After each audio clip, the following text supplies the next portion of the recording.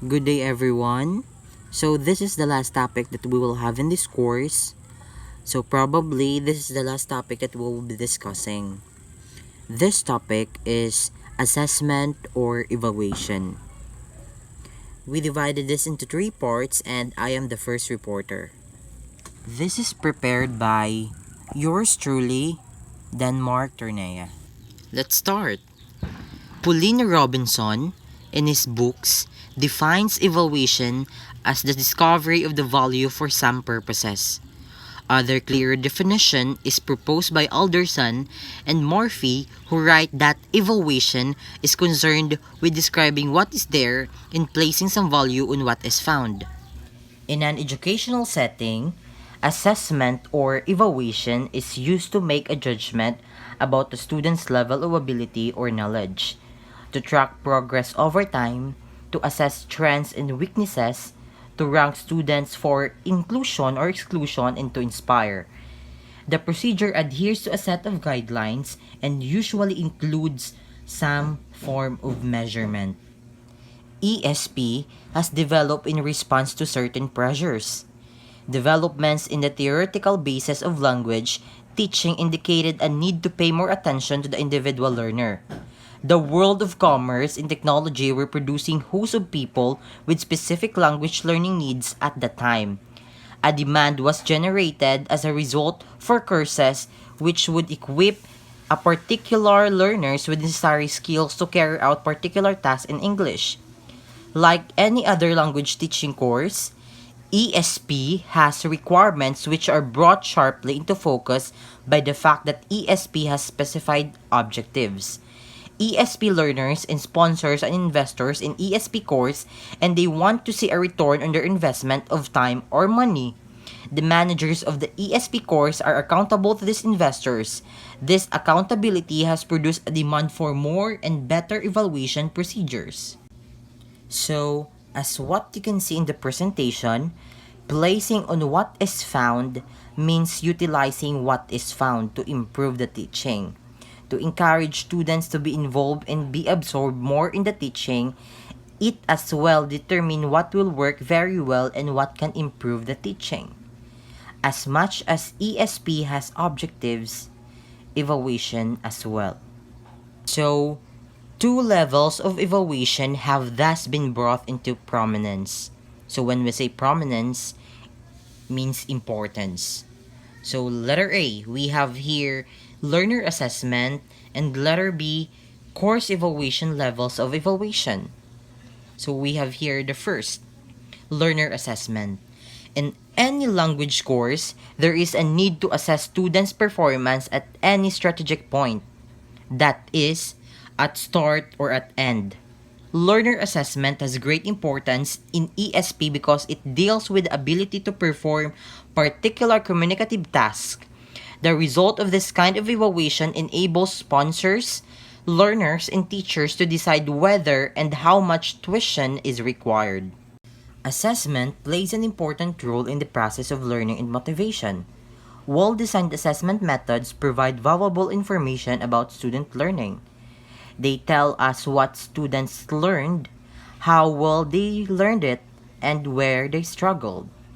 Assessment is an integral part of instruction, as it determines whether or not the goals of education are being met. Assessment affects decision about grades, placement, advancement, instructional needs, curriculum, and in some cases, funding. Assessment inspire us to ask these hard questions. Are we teaching what we think we are teaching? Are students learning what they are supposed to be learning? Is there a way to teach the subject better, thereby promoting better learning? Letter B. Course evaluation, levels of evaluation. A course evaluation is a brief survey given by a teacher at the conclusion or at the end of a class or course of study. The purpose of the evaluation form is to gather basic information on what each student like and dislike about the class in order to improve future students' educational experiences. So why we should fill up evaluations? Or why should we fill out evaluations? So the answer is it helps our teachers. It helps your teachers. The more detailed you are in your written course evaluation about lectures, readings, assignments, and exams, the more information a faculty member has to work with as they restructure and refine future iteration of a course. So they will be able to assess you with your needs. These two forms of evaluation are not always distinct. Evaluation, if learner reflects not just learner's performance but to some extent the effectiveness or otherwise of the course too, evaluation of the learners is unlikely to indicate exactly where a fault lies, but it will at least indicate the existence of a fault somewhere. More precise diagnostic evaluation can then be used to trace the fault. In this sense, then both course and learner evaluation have a similar function in providing feedback on the ESP course. However, each type of evaluation also has other purposes and procedures. Thus, while bearing in mind the similarity of a role of feedback, we shall consider those two kinds of evaluation separately. Take note of this. Consider these two separately. Learner assessment provides important data on the breadth and depth of student learning. Assessment is more than grading. It's about measuring the progress of student learning. Thus, assessment is defined as a process of gathering data to better understand the strengths and weaknesses of student learning.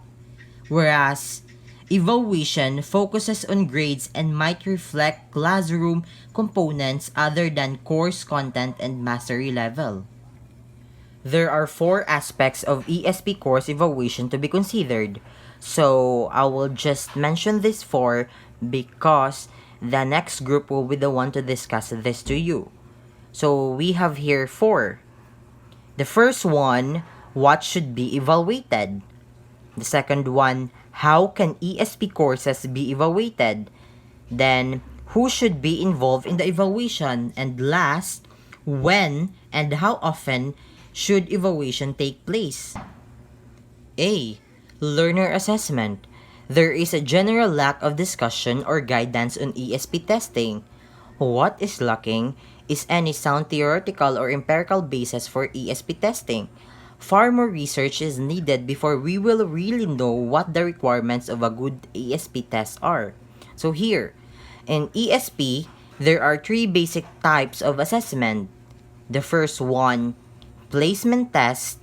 The second one, achievement test. And last one, proficiency test. The first one is placement test. These are used to place learners in the ESP course most suited to their needs. The placement test normally comes at the beginning of the course.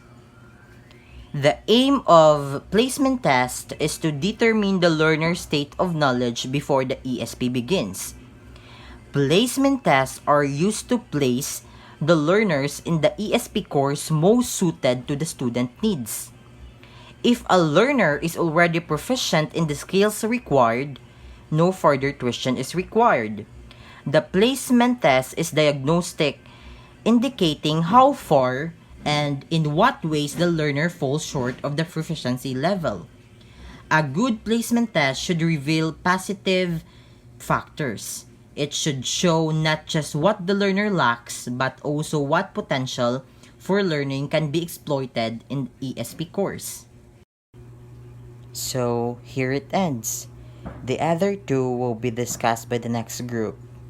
Thank you for listening.